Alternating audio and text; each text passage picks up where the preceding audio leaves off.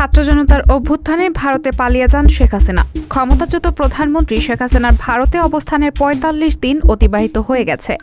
তবে ৪৫ দিনের সময়সীমা পেরিয়ে যাওয়ায় তিনি এখন আর ভারতে অবস্থানের কূটনৈতিক দায়মুক্তি পাবেন না। এখন তিনি দিল্লির রাজনৈতিক সিদ্ধান্ত মোতাবেক ভারতে আছেন।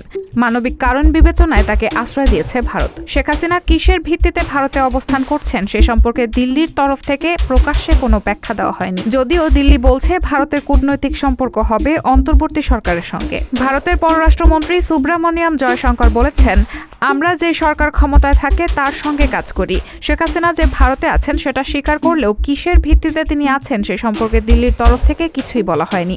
তবে বিশ্লেষকরা মনে করেন শেখ হাসিনা ভারতের ঘনিষ্ঠ বন্ধু হিসেবে পরিচিত। এ কারণে তাকে মানবিক বিবেচনায় আশ্রয় দিয়েছে বলে দৃশ্যত মনে হচ্ছে। ১৯৫৯ সালে চীন তিব্বত অধিগ্রহণ করলে দালাই লামাকে ভারত আশ্রয় দিয়েছিল।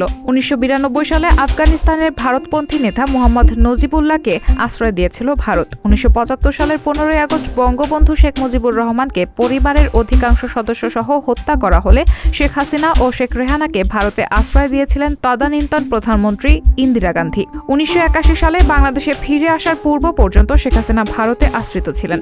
কোন আইনে ভারত শেখ হাসিনাকে আশ্রয় দিয়েছে এমন প্রশ্নের জবাবে বাংলাদেশের পররাষ্ট্র উপদেষ্টা মোহাম্মদ তৌহিদ হোসেন বলেছেন, সবকিছু আইন দিয়ে চলে না। তিনি আরও বলেন, শেখ হাসিনা ভারতে অবস্থান করে রাজনৈতিক কথাবার্তা বলছেন। বিষয়টি ভারত সরকারকে অন্তর্বর্তী সরকার জানিয়েছে বলেও তিনি উল্লেখ করেন।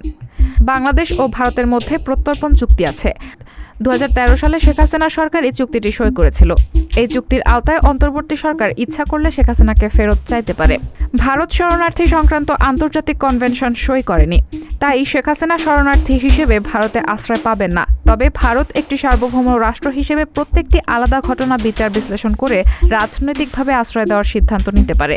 সংশ্লিষ্টরা ধারণা করছে শেখ হাসিনাকে আশ্রয় দেওয়ার সিদ্ধান্ত রাজনৈতিক বিবেচনায় নেওয়া হয়েছে। এখানে মানবিক বিষয় বিবেচনা করা হয়েছে। ছাত্র জনতার অভ্যুত্থানে গত ৫ আগস্ট শেখ হাসিনা ও তার বোন শেখ রেহানা একটি সামরিক বিমান যোগে দেশ ত্যাগ করে ভারতে আশ্রয় নেন। রেহানা মুন, সবার কথা।